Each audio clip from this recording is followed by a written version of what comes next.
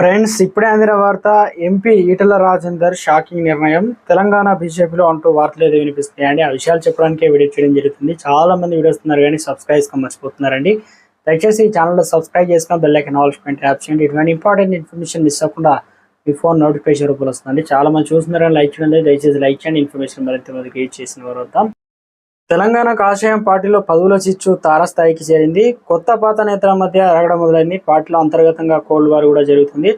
Assembly parliament ఎన్నికల్లో కొత్త నేతలకు పార్టీ టికెట్లు ఇచ్చారు. అయితే ఎంపీలు ఎమ్మెల్యేలు అయ్యారు. పాత వాళ్లకు పార్టీ పదవులు కట్టబెట్టాలని చర్చ జరుగుతుంది. బీజేపీ అధ్యక్ష పదవికి పోటీ పడుతున్నారు. వారు ఎవరికి తమ లాబింగ్ ముమ్మరం చేసుకుంటున్నారు. ఎవరికి వారు ఒకరికొకరు పోటీ పడుతూ ఒకరికి ప్రయత్నాలు ఒకరు గండి కొడుతున్నారు. ఒకరిపై ఒకరు మాటలు దాడి చేసుకుంటున్నారు. తెలంగాణ బీజేపీ పగ్గాలు ఎవరికి చిక్కుతాయనేది ఆసక్తికరంగా పెంచుతుంది.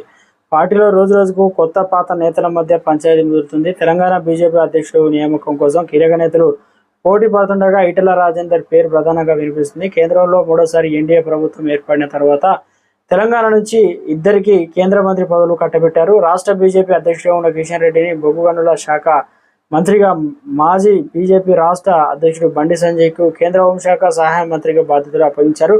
కీలకమైన పార్టీ రాష్ట్ర అధ్యక్ష పదవి విపరీతంగా పోటీ పెరిగింది. అయితే బీజేపీ రాష్ట్ర అధ్యక్ష రేసులో ఈటల రాజేందర్, డీకే అరుణ, ధనపురి అరవింద్, రఘునందన్ రావు పేర్లు బలంగా అయితే వినిపిస్తాయి. ఈ నేపథ్యంలో పాత నేతలు కొత్త డిమాండ్లు తెర మీదకి తీసుకువస్తున్నట్లు, దేశం పట్ల ధర్మం పట్ల అవగాహన ఉండి అగ్రెసివ్గా ప్రజల పక్షాన పోరాటం చేసే పార్టీలో అందరూ నేతలను కలుపుకునేటువంటి నేత అయిన బీజేపీ రాష్ట్ర రథసారథి ఎంపిక చేయాలని జాతీయ నాయకత్వం విజ్ఞప్తి చేస్తున్నారు. పార్టీ సీనియర్ నేతలు, ఎంపీలు, ఎమ్మెల్యేలు అభిప్రాయాలు పరిగణలోకి తీసుకొని పార్టీ రాష్ట్ర అధ్యక్షుడు ఎంపిక చేయాలని గోషంబాల్ ఎమ్మెల్యే రాజసింగ్ అధిష్టానానికి అయితే సూచించారు. అధ్యక్ష పదవి రేసులో ఉన్న నేతలు సొంత నేతలపైన కౌంటర్ అటాక్ చేస్తున్నారు. ఎలాంటి ఫైటర్ కావాలో చెప్పాలంటే ఈటల రాజేందర్ ఘాటుగా స్పందించారు. గల్లీ ఫైటర్ కావాలా, కుంభస్థలం మీద కొట్టే దమ్మున్నోడు కావాలని అంతే వేగంగా ఈటల రాజేందర్ సమాధానం అయితే చెప్పారు.